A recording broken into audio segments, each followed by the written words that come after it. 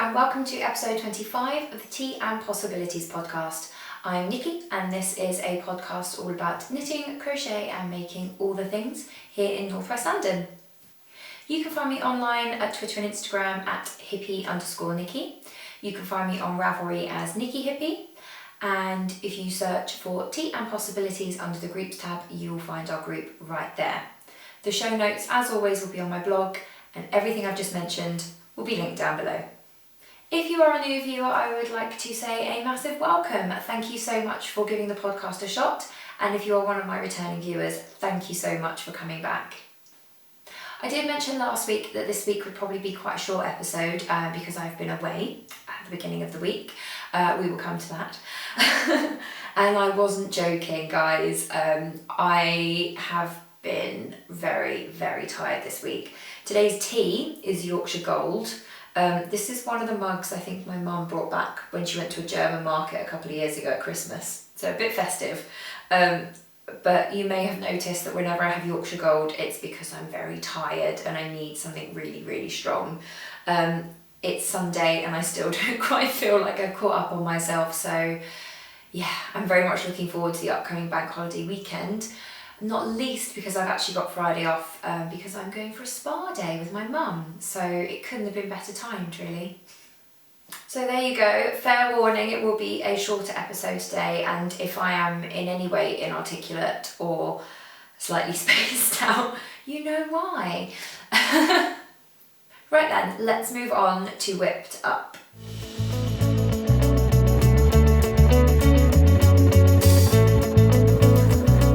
I took two projects with me to Kiev when I headed off on Monday. I did check, and unfortunately, they don't allow knitting on the plane. Some of the stuff they allow on the plane I was a bit bemused by, considering you wouldn't let knitting on the plane, but I did have a very good tip, unfortunately just a little bit too late for me, from a lovely viewer who said that she used bamboo needles and pushed the needles into the yarn. So I might try that in future, but I don't actually have any bamboo needles. So I'm thinking I might get some bamboo interchangeables, because then at least if they want to take the needles away, I can remove the needles and just keep the project. So it might be something to consider in the future. But what I did take with me was, as I said, my Shanghai Stripes blanket, which is just about still fitting in my Eldenwood craft bag, and my sock. And we'll start with my sock, because I had a few people say, you shouldn't call yourself a scummy knitter, you know, you're using bags that, you know, why buy one if you've got one you can use? And you're right, and I'm not going to call myself a scummy knitter anymore. I am recycling, I'm saving the planet, one pre-loved project bag at a time. I did think, however, that I could brighten this up quite easily by getting some embroidered patches to go on here. And that would make it a little bit more jazzy, wouldn't it? So I might keep an eye out on Etsy for those. I'll just put this one down, because I did actually do some work on my sock. And if you remember, last week I had a heel. This week I have a sock puppet. I picked up for the foot, and I'm just going round and round knitting the foot, and I've done maybe a centimetre. I've done very, very little. I had actually done more than that, but I realised I was getting, magic loop. Magic loop is great, but not so great when you're trying to show something off. But I kept getting a hole just here, and I have got a tiny one now, but I spoke to Katie and Amy, who both suggested picking up a stitch along where you've made the heel and then decreasing that away on your next round, which is what I did. And I don't really have a hole anymore. I have one, but it's very, very tiny compared to what I had before. I'm already thinking, I don't know if the short row heel is for me. I don't know, I just feel it's not going to be as comfy as a heel flap and gusset, and I've had a lot of feedback from you guys saying heel flap and gusset or fish lips kiss. So those are going to be the ones I try next. Probably heel flap and gusset, gusset, and then I'll try the Fish Lips Kiss. Thank you, by the way, for the reassurance that the Fish Lips Kiss is not as intimidating as it looks, because I think it's about 15 pages long, but apparently that's all just information, which is really good to hear, because I have to admit I opened it up and just went at the length. So yeah, I have started the foot. This is very much living in my handbag and just going, you know, out and about with me at the moment. This does make me a bit sad, because where I've picked up the front leg stitches and started going around, because it's a colour changing yarn, there's quite a definite stripe there, which is a shame, whereas it's all been so beautifully kind of ombre throughout. But, you know, it kind of changed just here on the foot, which seems a shame. But I guess that's something you could change with an afterthought heel. I think that's the one where you cut it out and then pick up and knit your heel in them. So that's on my list, but I think that's quite a way down my list. So yeah, handbag project still going strong. But yeah, I have other projects that I'm kind of giving a bit more love to, I have to say. But you know, I'm getting there. I'm learning to love the sock. I really am. I can see this becoming an obsession once I've got my sock recipe down, once I know, you know, my cast on, my cuff length, my leg length, my favourite heel and toe. I can see socks very easily becoming something I just get obsessed with and just knit constantly, because yeah, they're nice and small and you can have regular hose and bows. Now, I toyed with not showing you this because I didn't get that much done on it. I did a lot of reading on the plane because I wasn't allowed to knit or crochet. But when I got back to the hotel room, I have to say, I was so tired. I just wasn't really able to do anything. So I did very, very little on my blanket. So if you remember last week, I said that I wanted to do 10 repeats. So I have just finished my second repeat, and the repeat is from this yellow here up to this orange. So that whole kind of up to the dark red and down again is one repeat. So I've done the second one and I'm just about to start the third. So I'm getting there.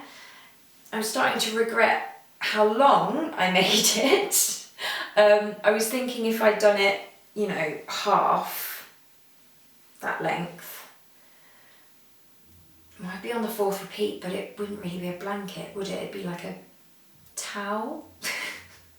So yeah, it's a good width, I think, for a blanket. It's going to be really cozy and lovely for her. You probably don't need it though, do you, in Shanghai?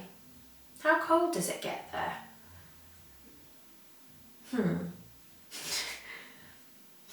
Maybe she's not going to get much use out of this beyond we love you and we miss you, which is good enough, I guess. But yeah, I didn't really think of that. See what happens when you're tired? Your brain just goes to places it's never gone before. Is that a Star Trek quote? There is only one more project to share with you, unfortunately, but it is a brand new one. I'll start with the yarn. This is Madeline Tosh DK in the Earl Grey colourway, and this is my first yarn cake. I don't have a Swift and ball winder. I usually hand wind my balls. But we do have one at work. So I got this caked up. I was going to say skeined up. I was like, no, it's not a skein. What is it? Got this caked up for myself, which was pretty magical, even though when I pulled it off, it did kind of go. But I just think it looks beautiful. And it's so sturdy and lovely. And yeah, I'm a yarn cake convert. I might have to get myself a Swift and ball winder at some point. But until then, I can use the one at work. So that's fine. And this is being knit up into a big tangle. It is being knit up into a hat. It's not much of a hat yet. As you can see, I've only got the brim cast on. But this is the Tied Knots pattern by Justyna Lukowska. which I have probably mangled and I'm really sorry. It's a free pattern and I will link it in the show notes because it is lovely. It's also horrendously tangled.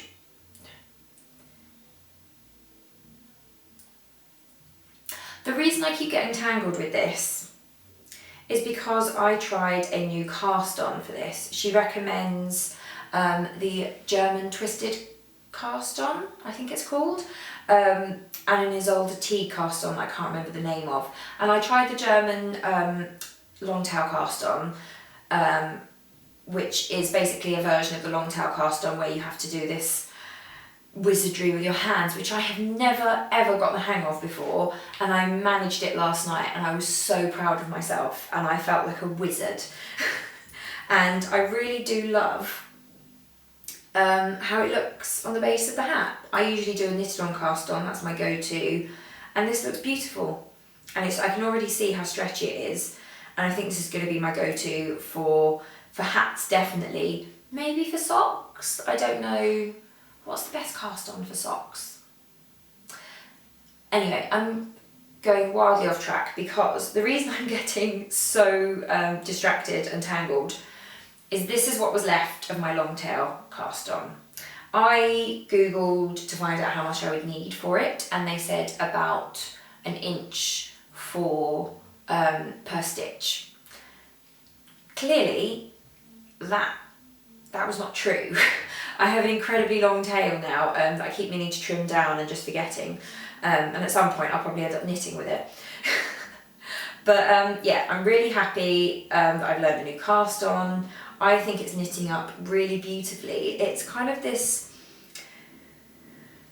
greeny grey, I would say, is the main colour, with these pops of like a rusty orange and a bright denim-y blue. And I think it's going to knit up really beautifully, and it's got lots of cable detail.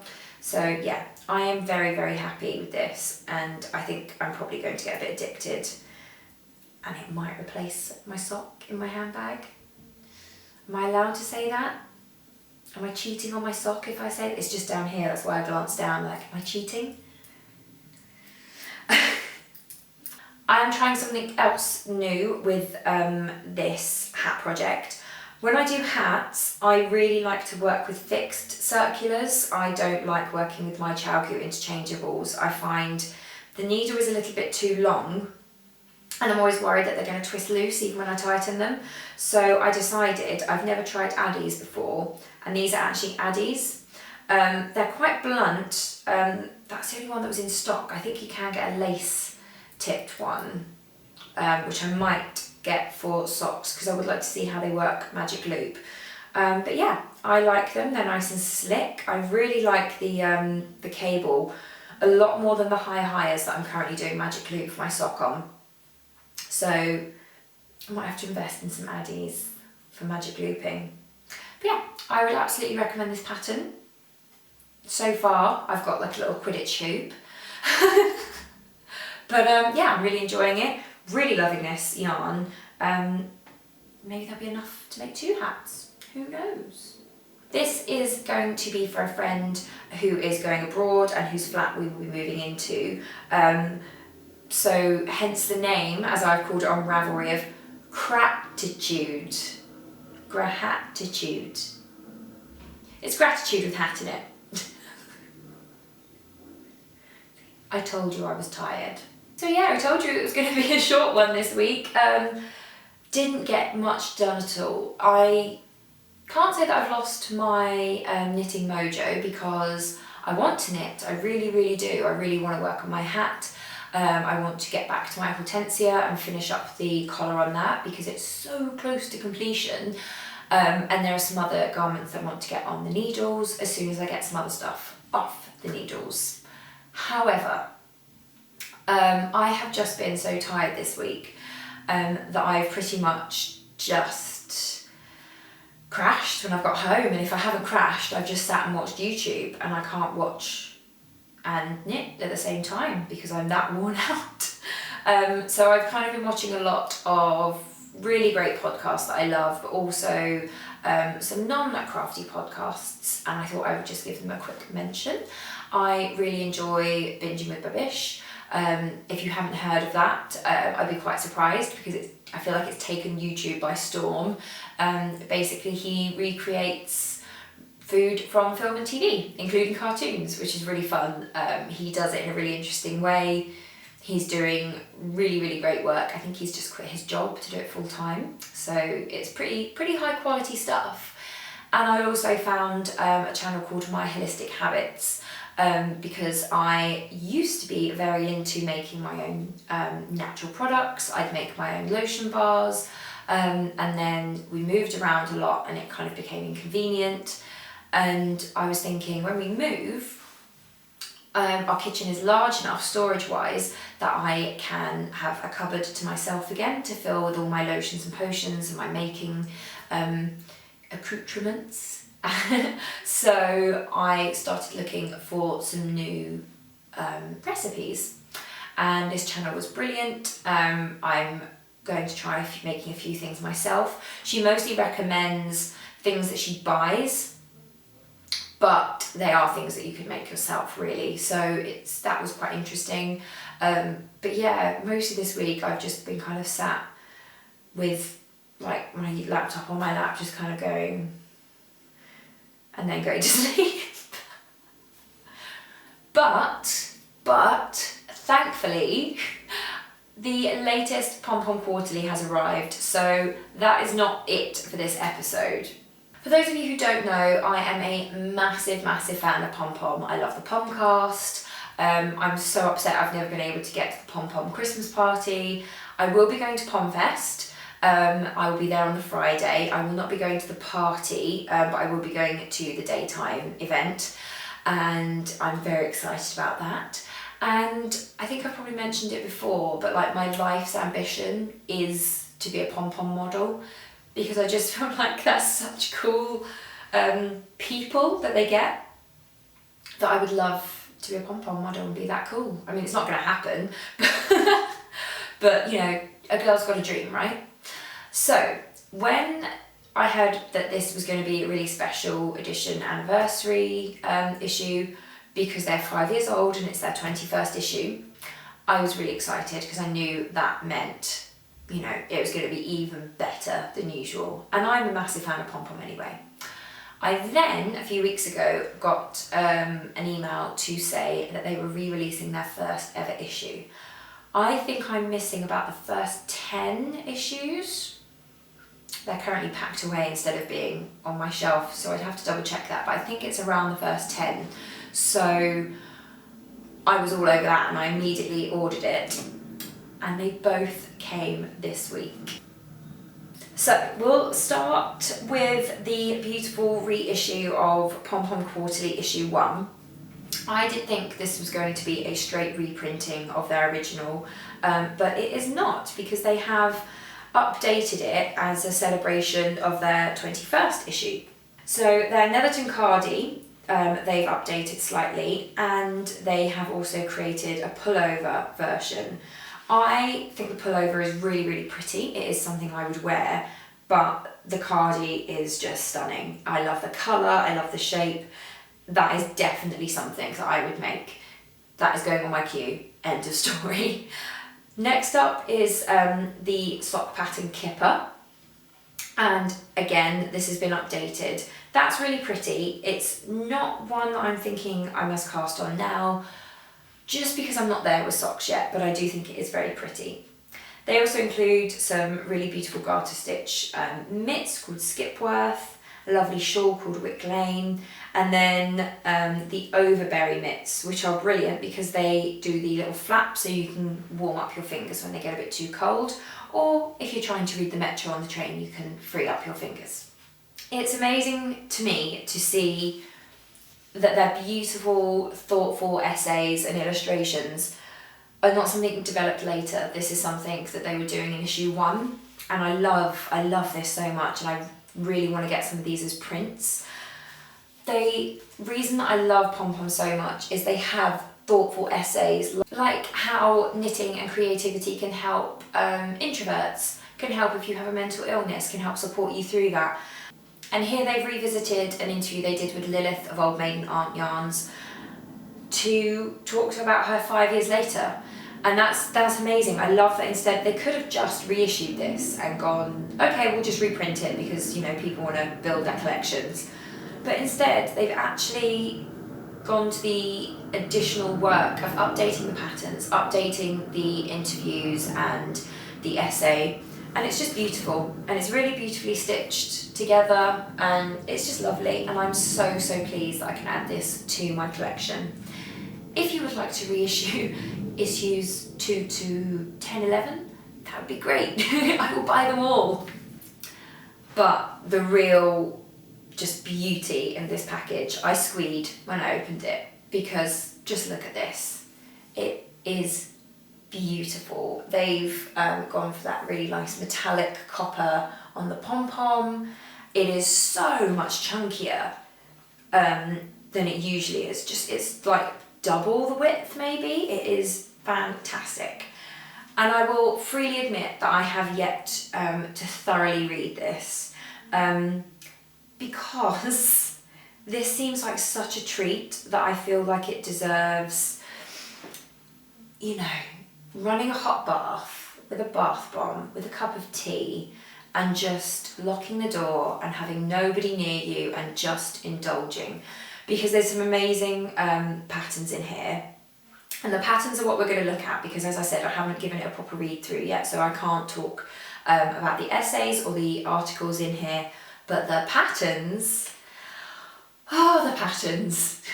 Every single pattern in here I would like to make. The colours, the styling is just stunning. But there are two patterns in particular that just scream my name, and I desperately want to make them. And the first, if you couldn't guess, is the beautiful Soiree by Emily Foden. And it's been knit in Viola Polworth and alpaca and mohair lace. And I love this because it's boxy and slouchy and it's got cables down the sides and just looks like the comfiest, coziest thing you can possibly imagine.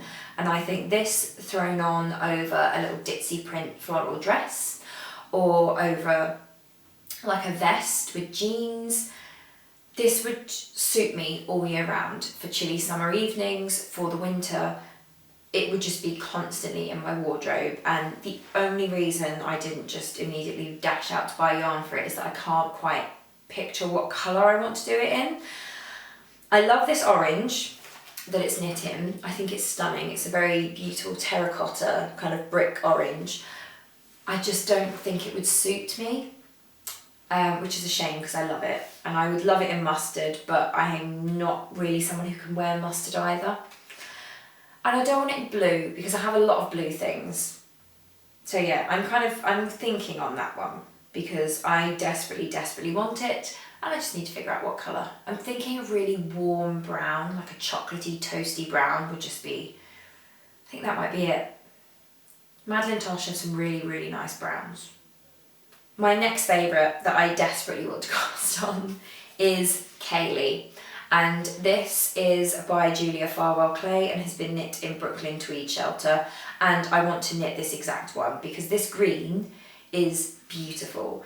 Green and purple are my favourite colours, and which is weird because I've just said I wear a lot of blue, but those are my favourite colours, and this green just sings off the page, and I think it would be stunning. And again, like the Soiree, it'd be great over a little dress, it would be great with jeans, it would just be great generally, and it's got pockets, and what more could you want than pockets?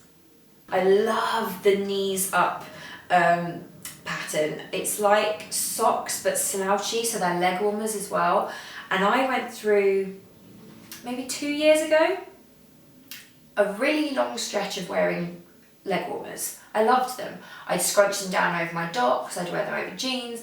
I loved them. And I've stopped wearing them, and I think that was silly because these are great and I should make some.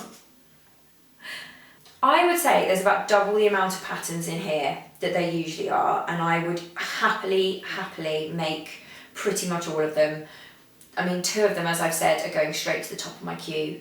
I'm thinking maybe after my pavement and my gingerbread sweater, I want to make those too, because they would get so much wear, and as I've said, I just keep flicking back to the Kaylee because that green, look at that green. It's just the most beautiful colour. And I very, very rarely want to knit things exactly as they are, but this, I will knit this exactly as it is. I want this jumper. I'm really excited to read Anna Malt's article for this month, this quarter I should say. I love the illustrations, they always get such really beautiful illustrations, and Anna Malt's always is so articulate and just says the things I feel, but in a way that I would never be able to say it. She's so thoughtful and she's just amazing. I love the work she does with Pom Pom. Some information about the Pom Fest. I'm incredibly excited to be going to Pom Fest. As I said, I've never been able to get to the Christmas one, so I'm really excited to make it. I decided not to go on the Friday night for Pomcast Live because I think having been there all day, I'm just not going to get as much out of it as I would otherwise. I just think I would hit a wall and be really, really tired and kind of be out of social. I don't think I'd be as chatty and as lively as I would be during the day, so I decided I wasn't going to go to that because I didn't think I'd get, as much out of it as I would want to. Are any of you going to Pom Fest? I will be there on the Friday, so do come over and say hello. I would love to meet you. If you're going to be there on the Saturday, have a great time. I'm so sure it's going to be amazing. It's just, yeah, I'm really excited. Can you tell I'm really excited? I don't even know who's going to be vending there yet. I haven't checked, but I'm saving up some money. Maybe I could get the yarn for Soiree and Kaylee while I'm there. I hadn't actually thought of that. So I'm going to figure out colours that I want, and maybe I'll get a sweater quantity while I'm there. How great would that be to make a pom-pom jumper from a pom-pom vendor? That would be great, wouldn't it? Like, it would be the ultimate pom-pom, I think. Maybe then they'd get me to be a model. One of the other things I have to say I really, really love about Pom Pom is their use of like comic work. They do the most beautiful, interesting articles using illustration. And this one is about Blacker yarns and their new Samite yarn, which I have felt is beautiful and I would love to make something out of it.